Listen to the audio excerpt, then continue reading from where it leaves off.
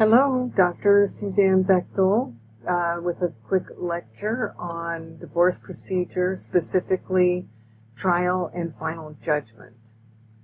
So let's look. So let's begin, of course, with trial. Why would we need trial? Well, if mediation and negotiation should fail, it's going to have to go to the court. And then there are 4 phases of trial. I'll go into a little more in a minute, but they are opening statements, testimony by the petitioner and the petitioner's witnesses, testimony by the respondent and the respondent's witnesses, and closing arguments. So it looks very much like a civil trial. Trials are the last resort. Mediation and negotiation are typically, especially where some areas are concerned, for example, child custody. As a friend of mine once said, the last thing you want to do is have a judge decide where your child's going to have custody. So that makes sense. If you've been in enough of the litigation and family matters, it's very, very stressful. All right, so what is normally unresolved? One is division of the marital assets and debts. We're going to go into the equitable distribution principles and family law in Florida in a separate lecture. Alimony is often unresolved, and that also will be covered in a separate lecture. And the parenting plan, a separate lecture. Parenting plan is how we establish the time sharing with the parents and the decision making between the parents. And then child support, which is also a separate topic of this family law class, and attorney's fees. So these are the things that are typically left to resolve. Might be one, might be all. Prior to trial, there are several steps that the Florida courts expect us to follow. And one is mandatory disclosure. There are rules in the Florida Family Law Rules explaining what financial documents are absolutely mandatory to disclose to the other party. There has to be a parenting course taken if there is a minor child, and in some cases mediation is required, and case management conferences have to be attended to, and there needs to be a pretrial statement of the listing of witnesses, exhibits, and issues, and an exchange of the exhibits. So again, what you see in the dissolution of marriage land is a lot like the civil procedure land.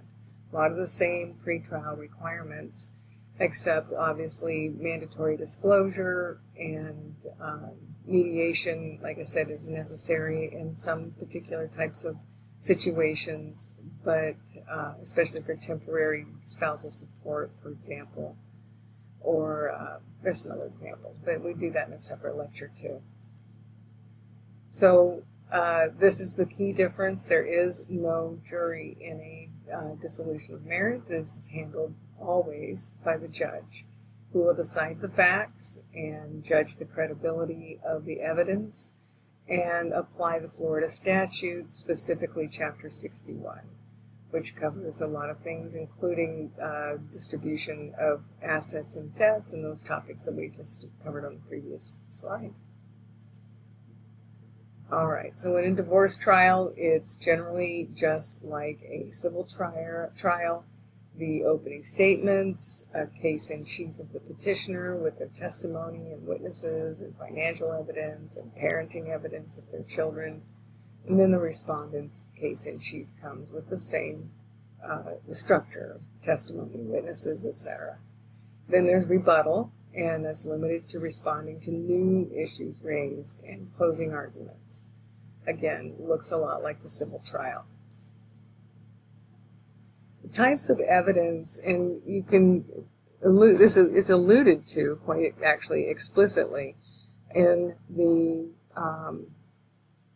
overall knowledge areas of family law, and one of them is distribution of assets and liabilities and alimony awards and child support awards. And so recognize the types of evidence are going to fall around a lot of information about money, and then or parenting, for example. So these sorts of evidence happen at a trial. There'll be financial documents exchanged, as happened already with mandatory disclosure, and parties are required to keep that updated at all times during the litigation. If there's property of the marriage, such as a home, there might be an appraisal or other form of property valuation to tell the value of the property. And within those financial documents that are mandatory disclosure, you're going to find employment and of income and other employment and other types of income evidence. And then parenting evidence would also come into play. School records, medical records, schedules, that sort of thing. And sometimes there is expert testimony about certain things like the finances. A certified public accountant might be retained by one or the other party to provide expert testimony. An example I recall, a couple of examples existed like this, and I worked in family law. One was business records and that sort of thing of one of the parties' business. A CPA can testify to some of those sorts of things. Valuation of the business is also important in most cases. There might also be someone who is a licensed clinical social worker or other trained professional to talk about a custody situation and how that might be evaluated by the court. And then there's for example, with spouses who are seeking alimony to reestablish, to rehabilitate. Maybe there's a vocational expert who is someone retained by one party or the other to talk about the skills and areas of work and how much pay is involved in certain areas of work, so that the court can decide on things like rehabilitative and other types of alimony, which we also cover in a separate lecture. The trial the judge has to apply standards, and one of them, which is covered in Chapter 8 or an upcoming chapter, is equitable distribution, which is, generally speaking, a 50-50 split of the assets. Does not necessarily mean that every asset is divided in half. It's a little more complicated than just, here's your half, here's your other half. Whether there's a need and ability to pay, that's the legal standard for alimony in Florida. The party that is asking for alimony must need it, and that would be something like a vocational expert could testify to if it's necessary at trial, or it may already have been established through mediation prior to trial. But the judge is looking to need and ability to pay in their analysis of what the outcome should be. Best interest of the child, then there are 20 statutory factors for that covered in another lecture. And then we have child support guidelines, which is a formula-based way of calculating child support. In Florida and many other states are doing the same thing.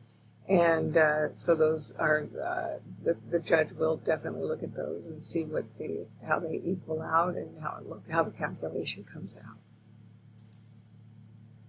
So the next thing about after the trial, there has to be a document called a final judgment. Real quick, I see this word judgment spelled in two different ways. Judgment without an E right here, and judgment with an E right there.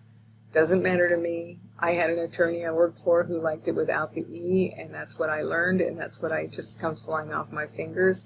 But you will see the word judgment spelled differently once in a while in this presentation. So what is the final judgment? It's a form of order. It ends the case, and there may be post-dissolution orders that arise afterward, remembering from very early in the lectures in this series that there's an ongoing familial relationship, particularly where there are children involved. And it's entered as soon as possible after trial, and it has 3 basic important points. That includes a findings of fact, because the judge is doing the factual discovery, and the judge will write a findings of fact section of the final judgment. And then there's an order that explains the final outcome, and recognizing that it's going to be a binding order the petitioner and the respondent both have to comply with it. So here's judgment spelled with that E after the G. But what it does is it's a binding order that legally ends a marriage and resolves all contested issues, otherwise not settled through negotiation or mediation, and establishes ongoing obligations of the parties if there are any ongoing obligations. It allows the parties to have something to document, for example, the ability to change their name with agencies like Social Security Administration and the Florida Department of Motor Vehicles, to change a license, for example, if one of the parties chooses to take on their former name prior to marriage. And it'll divide accounts of all kinds, no matter what. It's going to sell or refinance, if there's any need to sell or refinance property, that can be handled in the judgment. It's an enforcement mechanism for child support. It's also an enforcement mechanism for time sharing, which is for when they're children. There's time sharing between the parents, and the court will include what that looks like in the final judgment. All right. A couple of things here. These are the key sections of a final judgment. I have an example I'm going to show in a minute, but there's jurisdiction and residency, why the court has authority, and the status of the marriage, and parenting plan. All this is very redundant, but just know that the final judgment components will include these points: child support, equitable distribution, alimony, attorney fees, and restoration of name if there is one. After the final judgment, the decision can be appealed.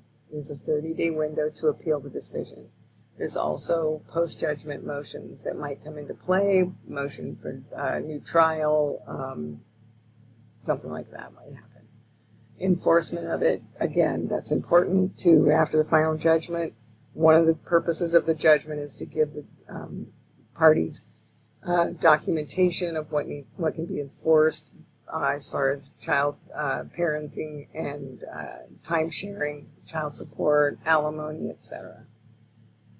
I'll go into that here in a minute. And on this slide, this explains it. So there could be civil contempt involved. It could, I have an entirely different lecture on this topic of enforcement. So this is just a very brief explanation of what the final judgment is going to provide enforcement of. So there could be civil contempt. It could be execution. There could be garnishment of wages or bank accounts. There could be attachment to property. And again, this final judgment is a document that assists in documenting these types of activities are actually okay to do.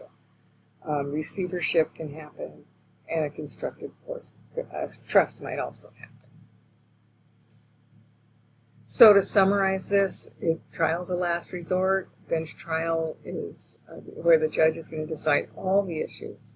And it resembles civil cases. The evidence is mostly financial, parenting, and sometimes expert testimony is needed. Issues that get resolved are property and debts, alimony, parenting issues, and child support. It legally ends the marriage, and it includes jurisdiction and the parenting plan, support, distribution, and alimony and fees and name change issues. And then, of course, after the judgment, there is something to help to enforce or modify or appeal. All right, so that's the lecture. Let me pause a moment, or let me see if this will come up and show on the...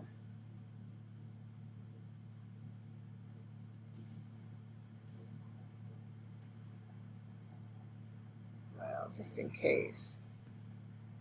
All right, so this is a template that I found in Westlaw to show you what a final judgment of dissolution of marriage looks like. We won't be doing one as a lesson activity this term, but if you were to do one, here would be your answers. As you can see, there's a case style or caption, a little different between the civil land of litigation versus the dissolution of marriage. Since this is an action in equity, thus the reason why a judge hears the case and not a jury, in re, so in reference of the marriage of Myandra Fowler, petitioner, and Jordan Fowler, respondent. The case number here. This is the header that says what court it's in. Then here is a title to the document, also called a designation in Florida. So it's a final judgment of dissolution of marriage. A little introductory clause that just says this is what happened, the date of the trial or final hearing, and just some basic, here we go. Findings of fact, as I mentioned, these are essential in a judgment of dissolution of marriage judgment in Florida. I did not realize that when I first moved here. We didn't do that where I'm from. But now I know in Florida we do. So these are numbered paragraphs, and we have the court has jurisdiction over the parties and the subject matter. The residency requirements have been satisfied. Marriage is irretrievably broken. And then here, this is a template, so you would insert findings about minor children, property, debts, and support. After you've done one or two of these, it gets easier to understand how this works. And you can refer back to your petition for dissolution and see what it says and the answer. And then, of course, the final outcome has to be described. Not the outcome, but the factual outcome. Conclusions of law that, again, remember the standards the judge looks to. The petitioner is entitled to the dissolution of marriage because this statute says we're in no fault state. It says irreconcilable differences or whatever that is in Florida. And the parenting plan is approved through this conclusion of law. And if there are any other legal conclusions that were made, they go in here. Maybe something like a spouse was dissipating assets or so-and-so is entitled to showed the need and need to receive alimony, and the person who's paying alimony showed the ability to pay it. That would be a legal conclusion. So those things that I covered in the PowerPoint. And then this comes down to the final part, this is what the outcome is. Marriage is dissolved, parenting plan approved. If there's child support, alimony, equitable distribution orders, they go inside here. The former name, if the person chooses to get their former name back prior to marriage, then they might ask for that. That would go in here too. And the court retains jurisdiction to enforce or modify as permitted by law. And this was always something that confused me about orders, but I was taught to do it with done and ordered here, and then again here. Actually, I was even taught to put a comma there. I don't know why, but anyway. Ask your lawyer what they prefer. But in chambers at Bradenton, Manatee County, Florida, this blank day of blank. And by the way, all this stuff is outlined in the court rules too, so you need to know that this isn't something that's just made up. Judge's name goes here. Honestly, put that in all capital letters. And then copies furnished too is as simple as click, click, click. So that is what a final judgment of dissolution of marriage might look like, and every one of them is different, but all of these components are required. So thank you very much. I relied on some great information from the Florida Bar for this, the Chapter 3 Annulment and Dissolution of Marriage of the Florida Family Law Practice Series, and this William Statsky 2021 Family Law 7th edition textbook. Thank you.